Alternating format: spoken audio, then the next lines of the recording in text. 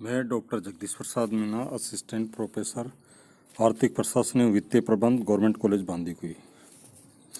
मित्रों, आज अध्ययन करेंगे यूनिवर्सल बैंकिंग, सर्वव्यापक बैंकिंग, जिसके अंतर्गत ई बैंकिंग। उदारीकरण के दौर में भारत में आर्थिक क्षेत्र में व्यापक परिवर्तन हुए हैं। हमारा बैंकिंग क्षेत्र भी इन परिवर्तनों से अछूता नहीं रहा। 1991 के बाद बैंकिंग क्षेत्र में व्यापक परिवर्तन आए हैं। भूमंडलीकरण के दौर में हमने भी अपने बैंकों को अंतर्राष्ट्रीय बैंकों से प्रतिस्पर्धा के योग्य बनाने का प्रयास किया है। उदारीकरण के दौर में निजी एवं अंतर्राष्ट्रीय बैंकों के आगमन से भारतीय बैंकों को भी अभिनव बैंकिंग प्रणाली को अपनाने की आवश्यकता हुई है। बैंकों की क्रियाओं के कुशल संचालन, कुशल प्रबंध, ग्राहक सेवाओं में सुधार, सुविधाओं का विस्तार एवं सामाजिक दायित्व की पूर्ति के लिए नवीन बैंकिंग विधियों का प्रयोग किया जाने लगा है। बैंकिंग क्षेत्र में नए विचारों एवं विधियों के प्रयोग को अभिनव बैंकिंग का नाम दिया गया है। बैंकों में अभिनव परिवर्तनों में सबसे महत्वपूर्ण इलेक्ट्रॉनिक बैंकिंग यानी ई बैंकिंग है। इसके माध्यम से बैंकों की सेवाओं में सुधार हुआ है तथा ये ग्राहकों के अनुकूल कस्टमर फ्रेंडली बनी है। ई बैंकिंग का अर्थ, ई बैंकिंग का तात्पर्य इलेक्ट्रॉनिक बैंकिंग से है। ये बैंकिंग उद्योग में ई व्यवसाय के समान है, अर्थात इसमें इलेक्ट्रॉनिक माध्यमों से बैंक अपना व्यवसाय कर ग्राहकों को अधिकतम सुविधा देते हैं तथा उसकी बढ़ती हुई आशाओं की पूर्ति करते हैं।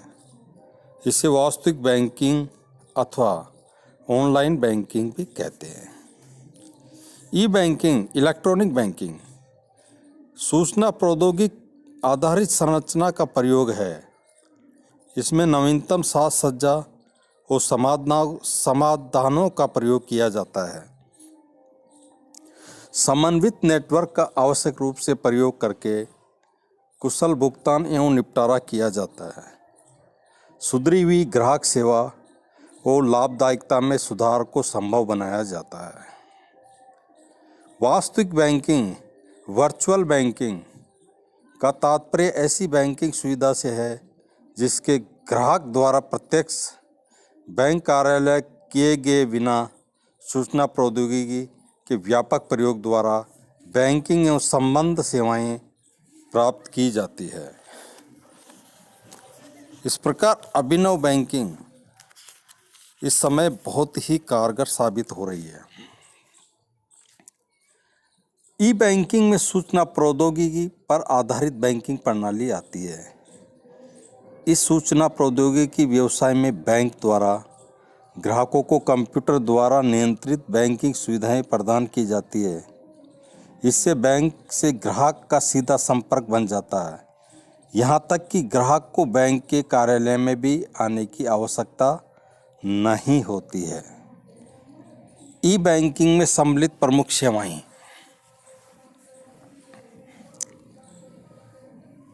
स्वचालित टेलर मशीन यानी ATM, next credit card, debit card, smart card, electronic and transfer system EFT, cheque transaction, mobile banking, internet banking, telephone banking, automatic fund transfer और बिलों का भुगतान। ई बैंकिंग ग्राहकों को उनकी सुविधा के अनुसार किसी भी समय बैंकों से लेन देन की सुविधा प्रदान करती है। इससे खातों के मध्य भुगतान स्थानांतरण, बिलों के भुगतान तथा 7 दिन और 24 घंटे क्रय की सुविधा रहती है। ई बैंकिंग का क्षेत्र व महत्व है। ई बैंकिंग के प्रमुख लाभ निम्न प्रकार है। बैंकों के लिए सेवाओं की परिचालन लागत में भारी कमी, ग्राहकों को घर बैठे सभी प्रकार की सेवाएं उपलब्ध करवाना। इससे ग्राहकों की बैंक कार्यालय आने की आवश्यकता नहीं पड़ती है। ई बैंकिंग में बैंक के लेन देन के रिकॉर्ड में गलती की संभावना समाप्त हो जाती है। ग्राहकों को एटीएम से किसी भी समय नगद धनराशि प्राप्त करने की सुविधा मिलती है। डेबिट कार्ड एवं क्रेडिट कार्ड के माध्यम से बिना नगद धनराशि की वस्तुएं खरीदने की सुविधा मिलती है। इस प्रकार के क्रय पर अनेक प्रकार की छूट भी प्राप्त होती है। हर समय धनराशि नगद रखने की असुविधा से मुक्ति मिल जाती है। नेक्स्ट, ग्राहक अपने खाते से दूसरे खाते तथा एक स्थान से दूसरे स्थान पर धनराशि स्थानांतरित कर सकते हैं। केवल कंप्यूटर, स्मार्ट मोबाइल फोन की सहायता से ही कार्य हो जाता है। इसमें मुद्रा का भौतिक रूप से लेन देन नहीं होता है। ग्राहक अपने व्यक्तिगत कंप्यूटर पर बैंक खाते का संचालन कर सकता है तथा सभी सेवाएं प्राप्त कर सकता है। ग्राहक की सुरक्षा के लिए बैंक द्वारा खाता संचालन करने के लिए एक पासवर्ड दिया जाता है, जिसकी सहायता से नेट के माध्यम से खाता संचालित कर सभी बैंक सेवाएं जैसे चेक बुक प्राप्त करना, चेक का भुगतान रोकना, बैलेंस की जानकारी प्राप्त करना, धन हस्तांतरण करना आदि प्राप्त की जा सकती है। इससे कागज की आवश्यकता समाप्त हो जाती है तथा समय व श्रम आदि की बचत होती है। कोई भी उपभोक्ता ई बैंकिंग द्वारा बिना अतिरिक्त व्यय किए बैंक की सभी सेवाओं का घर बैठे लाभ उठा सकता है, क्योंकि बैंक इंटरनेट बैंकिंग के लिए सामान्यतः कोई अतिरिक्त शुल्क नहीं लेते हैं। इंटरनेट बैंकिंग सुविधा का लाभ देश व विदेश में रहकर कहीं से भी उठाया जा सकता है। इससे बैंकिंग सर्वव्यापी एवं सर्वसुलभ हो गई है।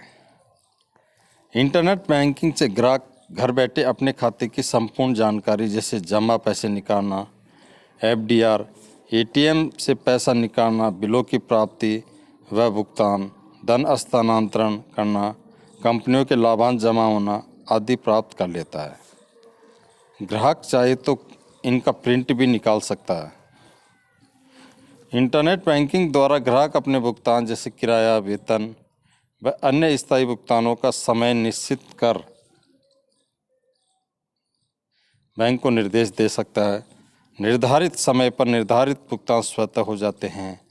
इसमें चेक में नकद भुगतान की आवश्यकता नहीं पड़ती। इंटरनेट के माध्यम से ग्राहक व छोटा व्यवसायी आवश्यक होने पर अपने एक खाते की धनराशि आसानी से दूसरे खाते में हस्तांतरित कर सकता है। इससे ग्राहक को 7 दिन 24 घंटे बैंक सुविधा मिल जाती है। कार्यालय समय के अतिरिक्त ग्राहक किसी भी समय बैंक खाते का संचालन कर सकता है। ई बैंकिंग में जोखिम एवं सुरक्षा।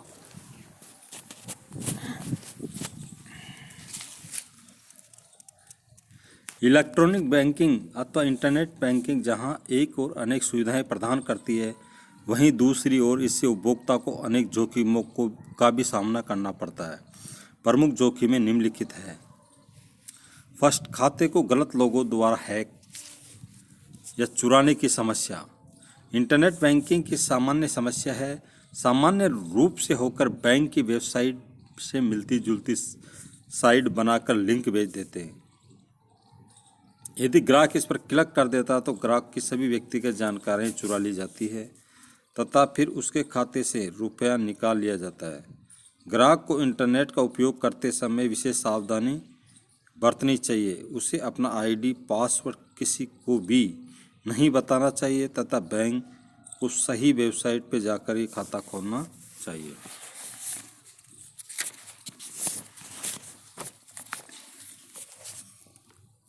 सामान्य रूप से ग्राहक को किसी भी सार्वजनिक कंप्यूटर अथवा कार्यालय के कंप्यूटर से बैंक खाते का संचालन नहीं करना चाहिए। सुरक्षा के लिए उसे अपने व्यक्तिगत कंप्यूटर, मोबाइल से ही बैंक खाते का संचालन करना चाहिए। सार्वजनिक कंप्यूटर पर किए गए कार्य को अन्य व्यक्ति देख सकते हैं, अतः ग्राहक की गोपनीय सूचनाएं चोरी हो सकती है। अनेक बार बैंक के नाम से धोखाधड़ी के लिए ईमेल भेजकर ग्राहकों से व्यक्तिगत सूचनाएं मांगी जाती है। ग्राहक को ईमेल का कोई जवाब नहीं देना चाहिए। बैंक इसके लिए ग्राहकों को सचेत करते रहते हैं। धोखेबाज लोग इन सूचना का उपयोग धोखा देने के लिए कर सकते हैं। आजकल ये काम बहुत हो रहा है, अतः सावधानी रखनी चाहिए। मोबाइल धारक के लिए आवश्यक सूचना। आपके फ़ोन पर अगर ट्रू कॉलर इंस्टॉल है तो उस पर कोई जानकारी आपको प्राप्त होती है तो वह पूर्ण विश्वसनीय योग्य नहीं है। उसको सावधानी पूर्वक उपयोग करें।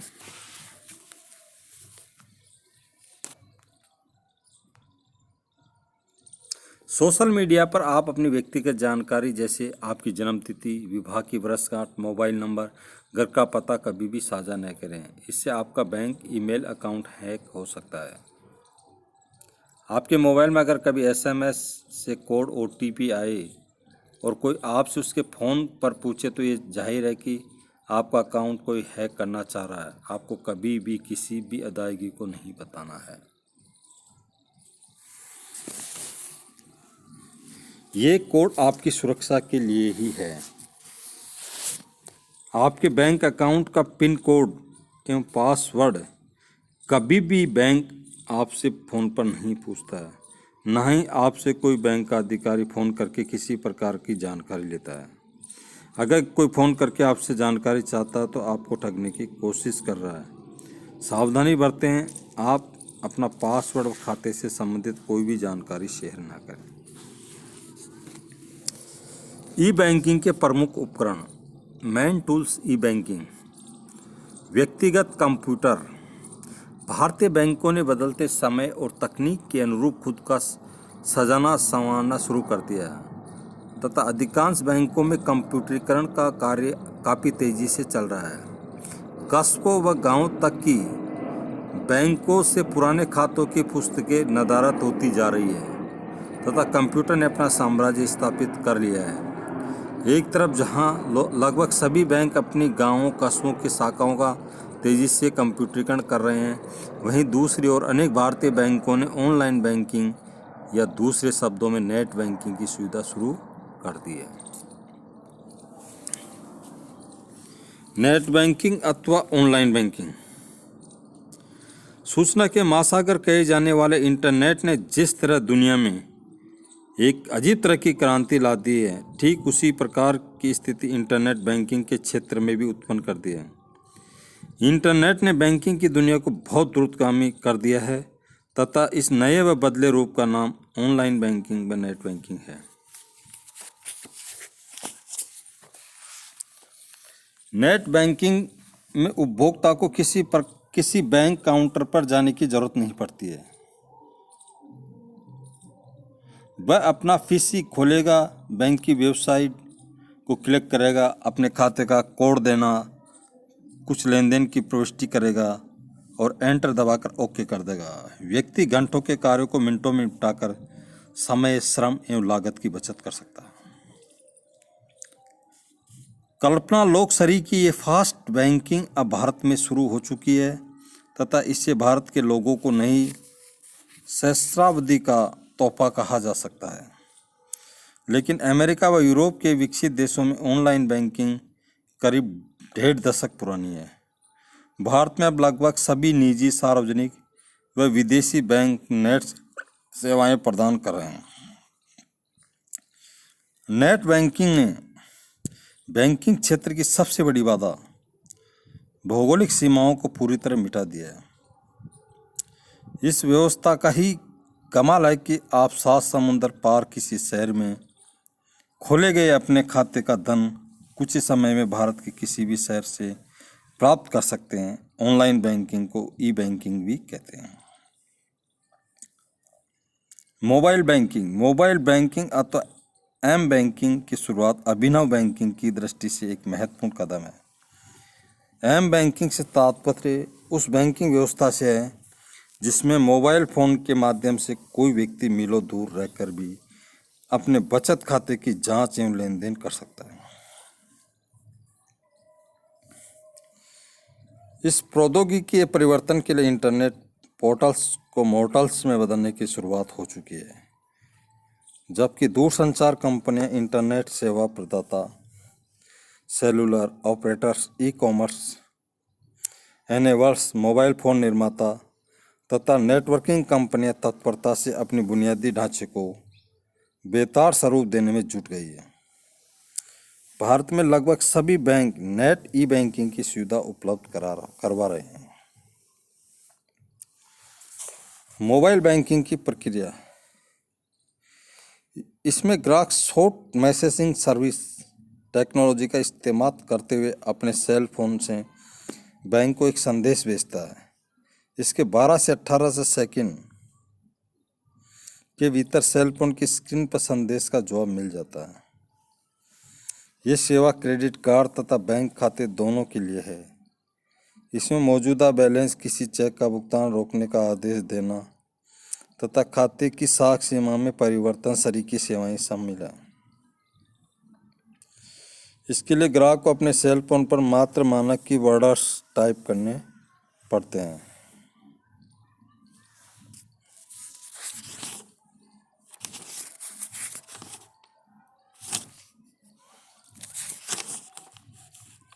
वैसे आप मीनिंग वेब ऐसा मानक है जो वेब एनवर्ल्ड उपकरणों तथा mobile phone, laptop, personal digital assistant, digital diary आदि के जरिए इंटरनेट एक्सेस को संभव बनाता है।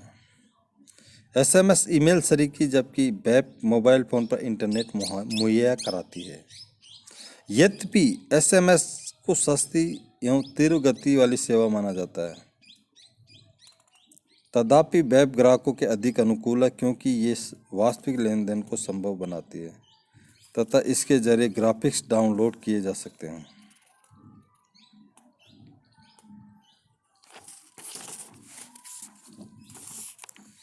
एटीएम सुविधा, बैंकिंग क्षेत्र में एक अन्य महत्वपूर्ण कदम एटीएम की स्थापना है।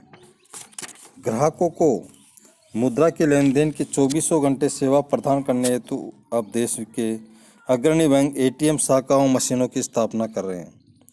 ग्राहक एटीएम कार्ड के माध्यम से एटीएम शाखा पर जाकर कभी भी एक निश्चित अधिकतम राशि तक रकम निकाल सकता है। ओल्ड डे बैंकिंग, कुछ बैंकों ने ओल्ड डे बैंकिंग की शुरुआत की है। इसके तहत बैंक शाखा सप्ताह के 7 दिनों खुली रहती है। इससे ग्राहकों को लेन देन सुविधा रहती है। घर बैठे बैंकिंग, ई अकाउंट, आजकल इलेक्ट्रॉनिक बैंकिंग का महत्व बढ़ता जा रहा है। इसके माध्यम से आप घर बैठे बैंक संबंधी सारे कामकाज किसी भी दिन किसी भी समय निपटा सकते हैं।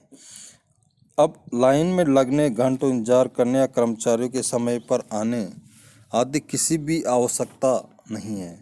आप अपने घर बैठे रात्रि में भी किसी भी क्षण अपने बिल का भुगतान कर सकते हैं। किसी भी क्षण बैंक में अपना बैलेंस मालूम कर सकते हैं। किसी को दिए हुए चेक का भुगतान रुकवा सकते हैं। खोए हुए चेक के बारे में बैंक को आगाह कर सकते हैं। स्कूल की फीस जमा करा सकते हैं। क्रेडिट कार्ड, वर्तमान में भारत में क्रेडिट कार्ड्स का प्रचलन बढ़ रहा है। क्रेडिट कार्ड के माध्यम से साख पर यात्रा, मनोरंजन, होटल, रेलवे व हवाई यात्रा की टिकट आदि की सुविधा मिल जाती है।